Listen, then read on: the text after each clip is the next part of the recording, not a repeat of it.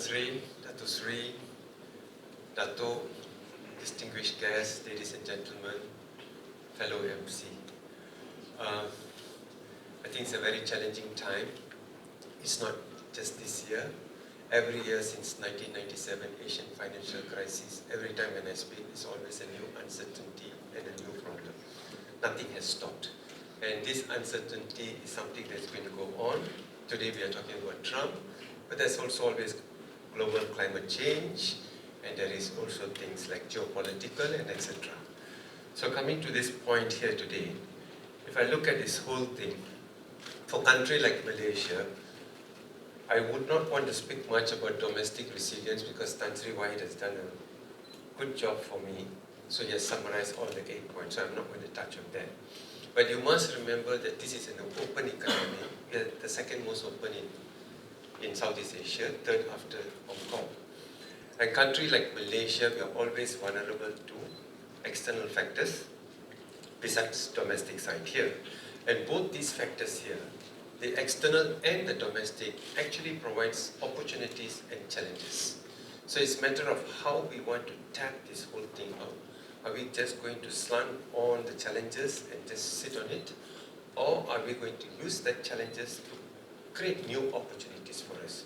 Because coming from real economy, if you look at the SMEs, they're the backbone of the economy. And how are they going to tap these challenges out? I think that's very important. Opportunities are there, I think it's quite straightforward here. And if you look at the headwinds on the global side, first and foremost, we have the economic disruptions and retaliation risk. The second part is all about multilateral institutions out there. And in the first two things, it's all about reshaping the landscape, the global business landscape here. And if you look at the third part of this whole scenario, it's all about supply chain realignment. And this is actually important, and it's become, but it's costly, but it's also important, especially after the COVID. Okay? And the fourth part is basically the geopolitical polarization. Are we going to slant into trade based on geopolitical friendliness, or are we going to slant into trade based on opportunities? I think that's very important here. And the last part is on investors and business climate. Rightfully said, the levels of uncertainty is extremely high at the moment, not just on the Trump factor. Today is all Trump factor, but we also have other factors out there. Now, if I were to just go back a little bit on the trade, okay? We say that free trade has ended, now it's a free or fair trade.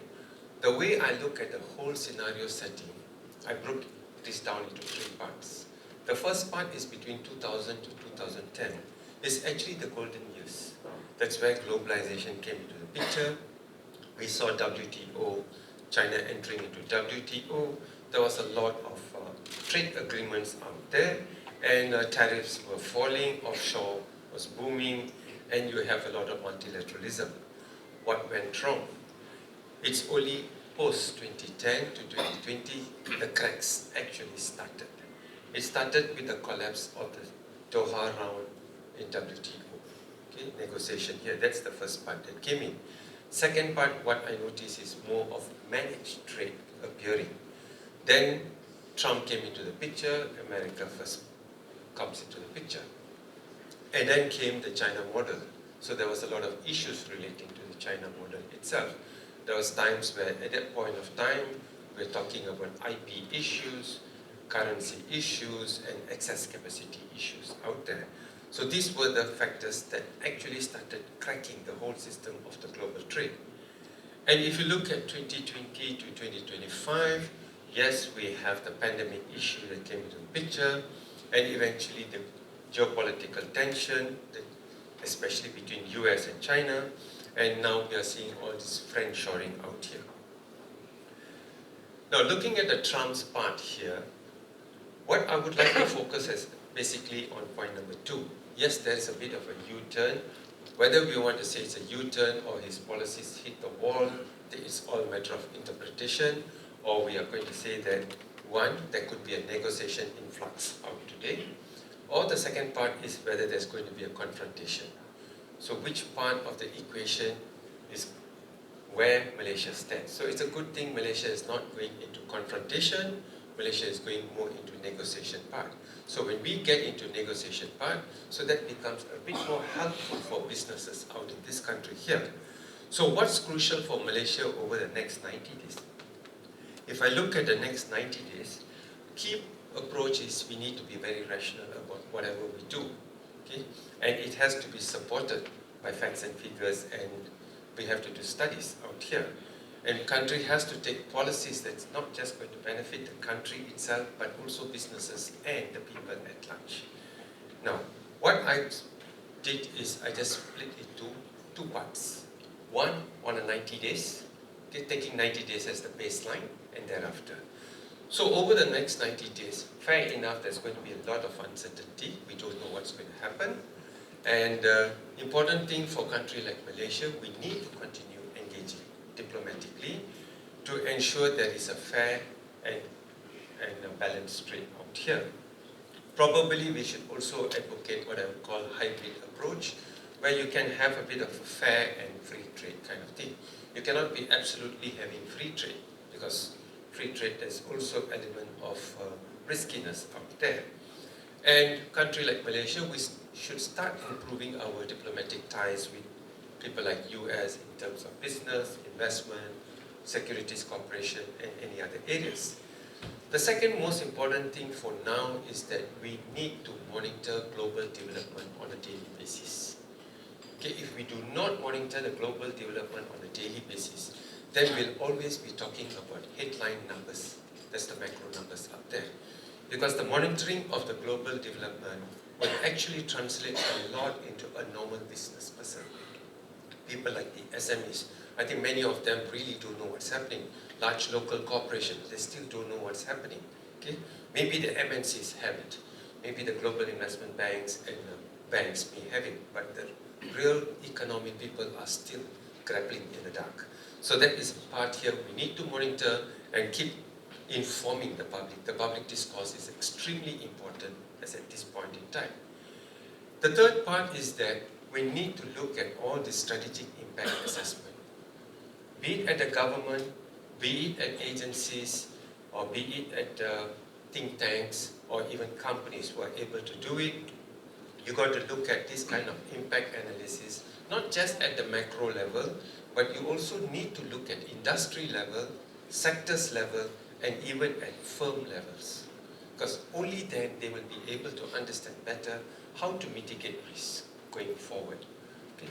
Most times we, as an economist myself, most times we always talk 70,000 feet high, but we fail to reach the ground. But as an economist from the bank, we have to go to the ground to make sure there is no NPLs. We want people to borrow more money. Okay. So how do we go about it? I think this is really important. Point number 2 just now on the global monitoring, and point number 3, that's on the impact analysis out here. So only then we'll be able to bring it back to the government and tell the government the policies, which are the policies working, which need to be fine-tuned here, and where are the trade opportunities.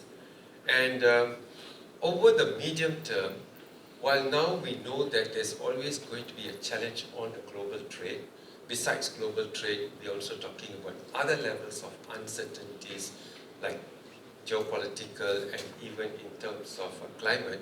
For instance, some people even ask me about BRICS. I would always say BRICS as a good place for business opportunity. Put aside the political issues. Because we are a trading economy. The real economy plays a very important role besides the financial market. The financial market can be vibrant, but the real economy may not be that vibrant, because sporadic areas of sectors could be doing well. So this is where we should start looking at areas of transforming Malaysia into a supply chain hub. We could look at countries like Vietnam and Indonesia, and this is where we could be looking at areas of fast-track special economic zones as one, build plug and play industrial infrastructure, and also simplify and digitize investment. I think these are areas we could be looking at. The second part is actually we should champion on trade diplomacy.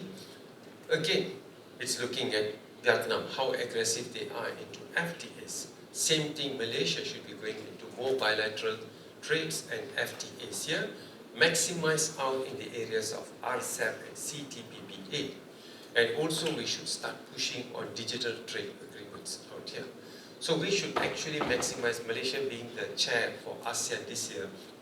These are areas we could position ourselves and tap into this kind of segment that will actually boost our business. Because business today is not just about competing, it's again back to about how we can complement with our trading partners here. And the next part here, if I look at it, is the SMEs. Okay? The SMEs are, as we know, they are the backbone of this whole era. And we need to accelerate SMEs into the globalization through tiered support framework. We can follow the models of Korea and Germany again. There is no one policy that fits all. We cannot have that kind of policy anymore. Not just on SMEs, but generally in many other areas of businesses. So probably in the case of SMEs in particular, if I were to focus, you can look at Korea. You see how they have built out policies very much targeted. Okay? Targeted tiering. So when you do a targeted tiering, then you are able to help across segment in terms of the mid-tier companies where they could be going up to a more export-driven. The small could slowly migrate to the mid, and the micro could slowly migrate into small. So I think we need to have that kind of targeted tiering out here.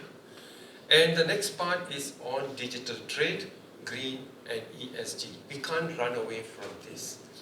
Every businesses are now looking at this.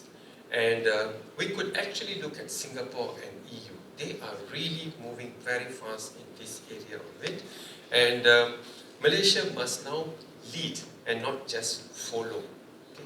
All this while we are trying to follow, but we have to take a new step out and try to lead the whole way out, because every single business is now revolving around the ESG. It's not just the MNCs or the LLCs, but also the SMEs are moving in this direction. So this is a very important part here. And, and the final part is still on the labor. If you look at the labor, we could again follow back into the system of Singapore's skill future.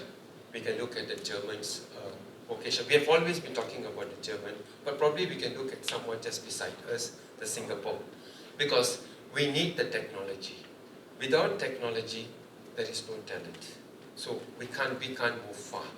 And the last part is that, on my final thoughts here, I think Malaysia should move away from becoming a price taker to be a rule setter. So that is really important. So we need to move towards that direction. As a trading economy, we will always be vulnerable to external trades, external issues, and we cannot run away from that. We should find new ways and means of how to move forward here. And therefore, we have to move fast, because neighboring countries are evolving, and they're moving fast. And Malaysia too should do that.